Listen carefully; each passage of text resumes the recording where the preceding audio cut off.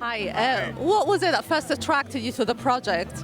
Well, I saw the first film and I absolutely loved it. And I didn't dream for a moment that I might be in the second one. So it was just an absolute joy to be asked. It was just, I can't tell you how excited I was when I got that call.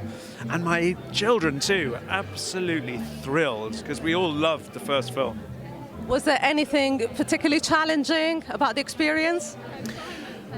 Well, I suppose Paul shoots in a really interesting way. You know, things aren't shot in the way that they are often shot in films. So, for example, you know, the Browns' house is a huge doll's house on set. It's the most enormous set, and you might be doing your scene, and then the camera will be on a crane and then move up to do someone else's scene, and it all happen in real time. There's no editing. So you're sort of doing it over and over again to get the timing just right because there can't be any cuts. I loved doing things like that. I mean, it's just, it feels very exciting when because I've been acting for a while. And I found it really exciting to be doing a type of shot I'd never done before, you know. So I guess you've learned some new things as well during the... So much, so much. It's such a... it's so cleverly put together. I mean, you'd never imagine the amount of thought and time that's gone into making the film as simple and magical as it is at the end. So you would be up for doing another one, perhaps? I mean, wouldn't you? I mean, yeah. I think everybody here would be, yeah. I mean, let's see how this one goes first. Well, Paddington, as you know, has got some wonderful themes. I mean, Paddington himself is a sort of refugee, really, who's been welcomed into eventually was welcomed into the Brown household.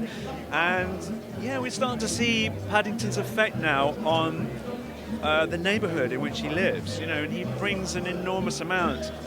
And through the course of events in the film, he's removed from that neighbourhood and everyone realises just how much he's missed.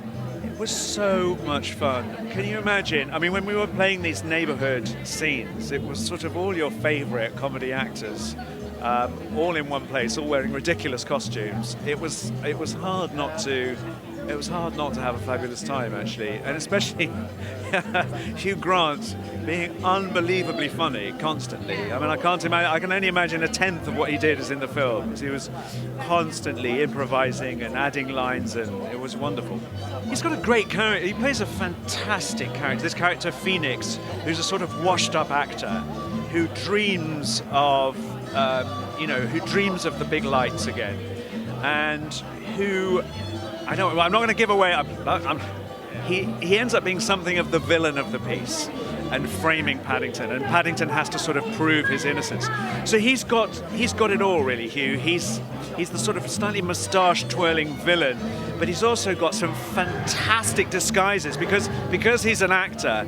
He plays all these different characters in the film, and so it's a real tour de force. It's absolutely wonderful to watch. It was an absolute joy to be there when he was doing it. It's a long process making this a film like this, because obviously it's very, very, to create all that magic on the screen takes an awful lot of time and effort, so it's just very, very exciting to see. No, it makes you so proud. It's a British story. It's a story about British characters in Britain, shot with British crew, with fabulous British producer David Heyman, who made all the Harry Potter films. Paul King, who directed the first film. It's just wonderful. It's British. No, it's terribly sad character, the Colonel.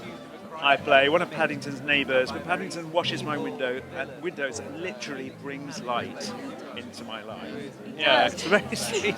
I'm quite moved actually now thinking about it. He inhabits a very particular kind of London, doesn't he, Paddington? And he really brings this, Windsor Gardens to life. All the neighbours with their various little stories, and he's the one that makes it all happen and brings everyone together. And through his sort of irrepressible good nature, really.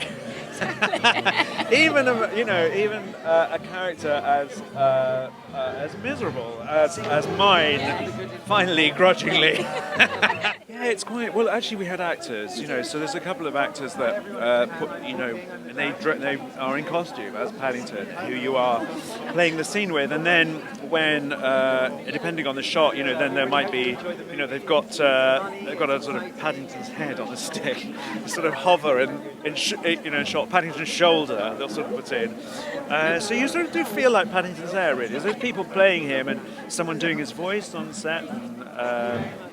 And then, of course, Ben Whishaw does the voice in the film, and you always have his voice in your head somehow when you're doing it. So, it was really just the same as acting. Obviously, it's not the same as acting with anybody else, but it wasn't as difficult as you'd imagine. Yeah.